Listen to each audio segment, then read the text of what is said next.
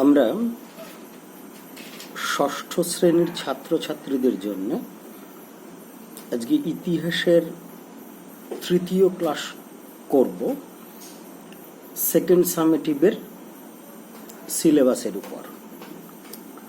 ইতিপূর্বে আমরা আর্য কারা, কোথা থেকে এসেছিল, তাদের বাসস্থান কি, আর্য সভ্যতার সঙ্গে ওতপ্রোতভাবে সম্পর্কিত বৈদিক সাহিত্য, বৈদিক যুগের প্রত্নক্ষেত্র, এ সমস্ত বিষয়গুলো পড়েছি। আজকে আমরা আমাদের বিষয় হিসাবে বেছে নেব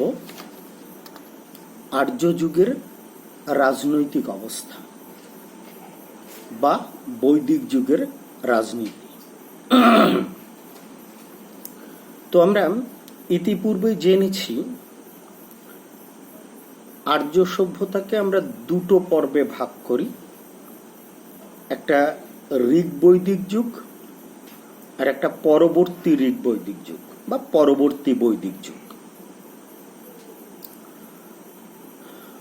তো বৈদিক রাজনীতির ক্ষেত্রেও কিন্তু আমাদের ভাবতে হবে যে রাজনৈতিক বিষয়ের পর্যালোচনা আমাদের এরকম দুটো যুগের বিভাজনের মধ্য দিয়েই করতে হবে, বৈদিক যুগের রাজনীতি আর পরবর্তী বৈদিক যুগের রাজনীতি।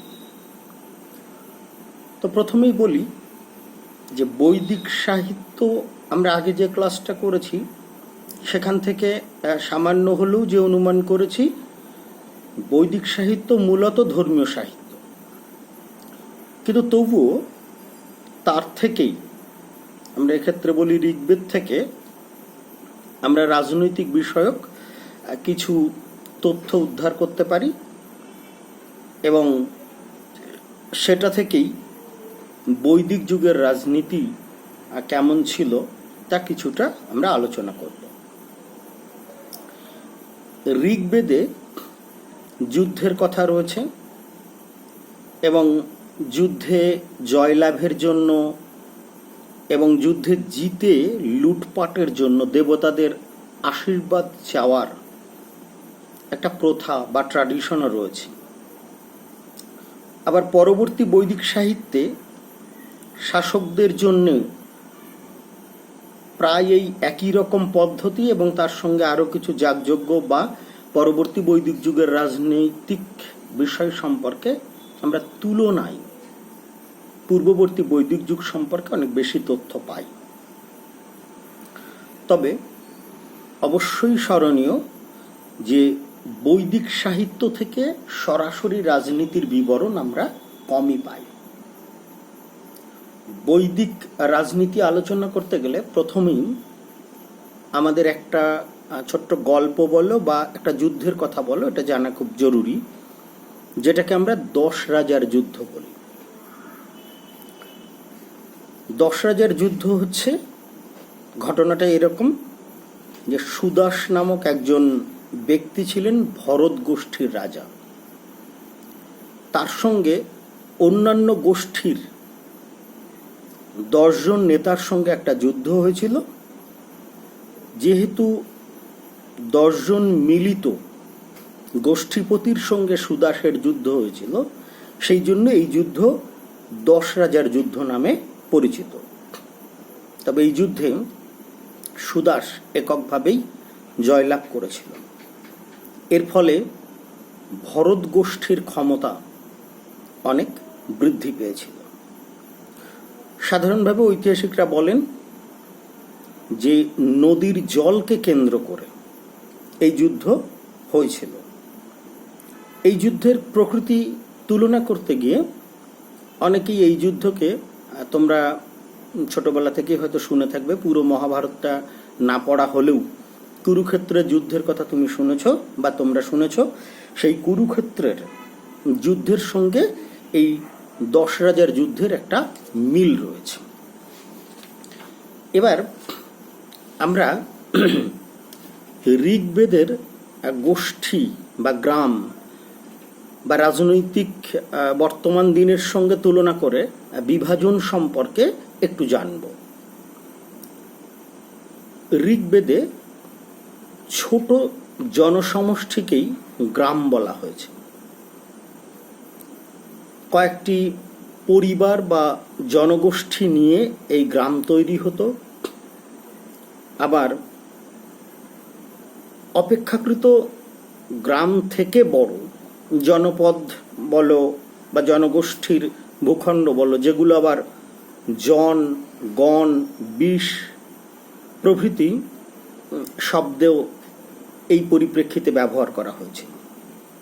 অনুমান করা হয় এগুলি সাধারণত গ্রামের থেকে বড় কোনো জনগোষ্ঠীকে বোঝাতে ব্যবহার করা হতো।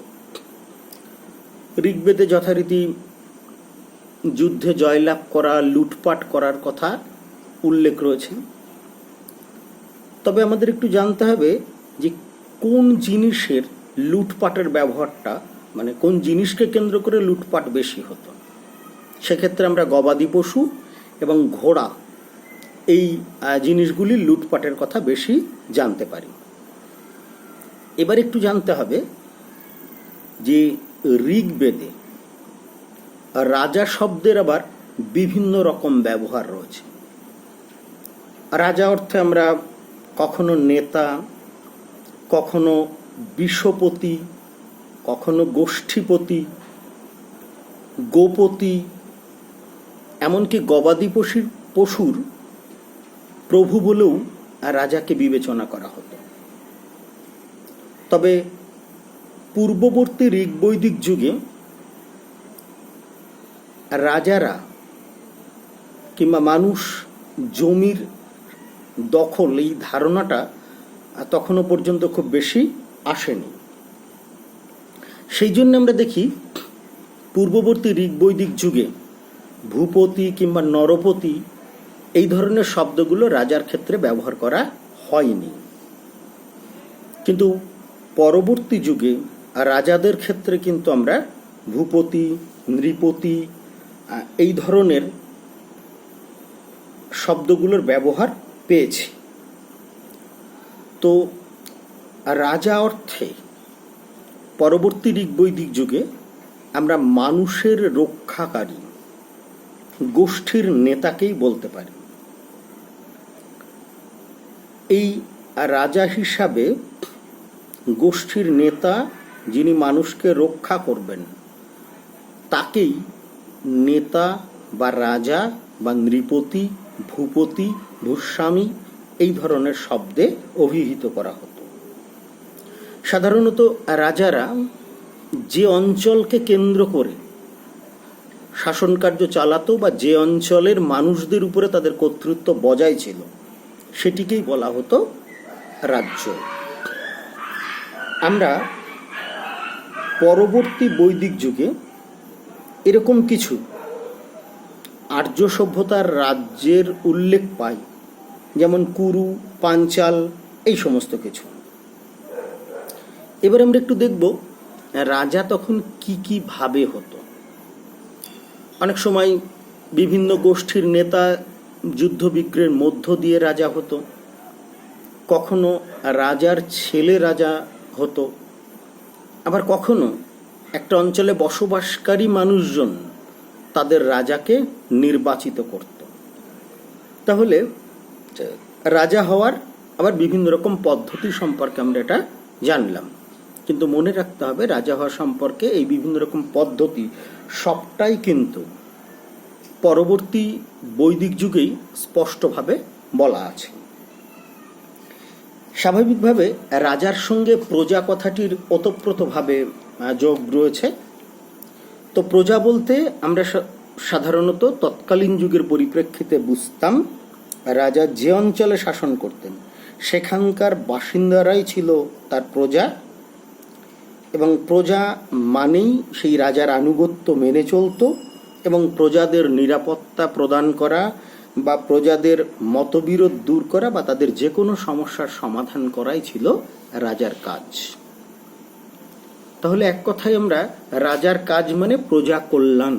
প্রজা কল্যাণের মধ্যে প্রজার সমস্যা দেখাটার উপরে কিন্তু যথেষ্ট গুরুত্ব আরোপ করা হয়েছে। আমরা যেমন আধুনিক কালে জনকল্যাণমূলক রাষ্ট্র মানেই বুঝি রাষ্ট্রের যারা শাসক থাকবেন তারা প্রজা কল্যাণে মনোনিবেশ করবেন। এই কনসেপ্ট কিন্তু শুধু আজকের নয়, এই ধারণাটা বহু পূর্ব থেকেই প্রচলিত ছিল। পরবর্তী বৈদিক যুগে আমরা বিভিন্ন যাগযজ্ঞের উল্লেখ পাই। অনেক সময় রাজারা যুদ্ধে যাওয়ার পূর্বে যাগযজ্ঞ করতেন, যাতে দেবতাদেরকে সন্তুষ্ট করে যুদ্ধে জয়লাভ করা ব্যাপারটা তাদের নিশ্চিত হয়। আবার অনেক সময় যুদ্ধে জয়লাভের পরে এসেও তারা যাগযজ্ঞ করতেন। এই যাগযজ্ঞগুলো করার অর্থ ছিল রাজার জয়লাভকে জাহির করা, তার ক্ষমতা এবং কর্তৃত্বকে প্রজাদের সামনে জাহির করা। তো এই জন্য বৈদিক সাহিত্যে আমরা বহু ধরনের যাগযজ্ঞের কথা জানতে পারি আর কি। একই সঙ্গে আরেকটা বিষয় আমরা দেখব যে শাসন কাজে সাহায্যের জন্য সে যুগে রত্নিন বলে একটা পদের উল্লেখ করা হয়েছে। অনুমান করা হয় পরবর্তীকালে এই রত্নিন থেকে মন্ত্রীর ধারণাটা এসছে। রাজনৈতিক ক্ষেত্রে বা রাজনীতির আলোচনাটা আর একটা কথা বলে শেষ করব।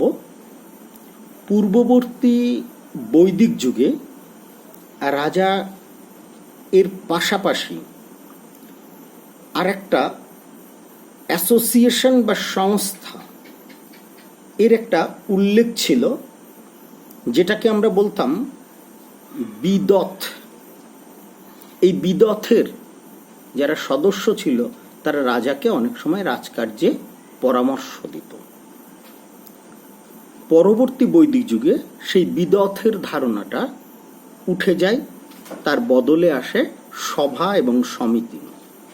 এই সভা সমিতির যারা সদস্য ছিল তারা রাজাকে বিভিন্ন সময়ে পরামর্শ দিত রাজকার্যে বা শাসন পরিচালনার ক্ষেত্রে। তাহলে এই স্বল্প পরিসরে যেটুকু আলোচনা করলাম তার ভিত্তিতে আমরা বলতে পারি যে আমরা আজকের ক্লাস থেকে পড়ব যে আর্য যুগের রাজনৈতিক অবস্থা। সেই আর্য যুগের রাজনৈতিক অবস্থাটা আবার দুটো পর্যায়ে আলোচিত, একটা পূর্ববর্তী বৈদিক যুগ, একটা পরবর্তী বৈদিক যুগ। পূর্ববর্তী বৈদিক যুগে রাজার কনসেপ্ট কেমন ছিল, পরবর্তী বৈদিক যুগের রাজার কনসেপ্ট বা ধারণাটা কেমন ছিল, দুই যুগেই রাজাদের কাজ কি ছিল এবং রাজ্যের এলাকাগুলো কিরকম ভাবে বিভক্ত ছিল, অর্থাৎ ওই গ্রাম, জন, গণ, বিষ ইত্যাদি, এবং রাজাদের দায় দায়িত্ব কি ছিল, যুদ্ধ বিগ্রহ বা লুটপাটের সামগ্রী কি ছিল, রাজকার্যে পরামর্শ দেওয়ার জন্য বিভিন্ন সংগঠনগুলো কি ছিল। যেমন সে প্রসঙ্গে আমরা বিদথের কথা বলেছি পূর্ববর্তী বৈদিক যুগে, আর পরবর্তী বৈদিক যুগে আমরা সভা সমিতির কথা বলেছি। এছাড়া যাগযজ্ঞের প্রসঙ্গ রয়েছে। আমরা এবার এর থেকে যে প্রশ্নগুলো সম্ভাব্য হতে পারে সেই প্রশ্নগুলো লিখে আমি তোমাদের গ্রুপে পাঠিয়ে দিচ্ছি। ষষ্ঠ শ্রেণীর ছাত্রছাত্রীরা অবশ্যই ঘরে থেকে পড়াশোনা করো ভালো করে এবং সুস্থ থাকো।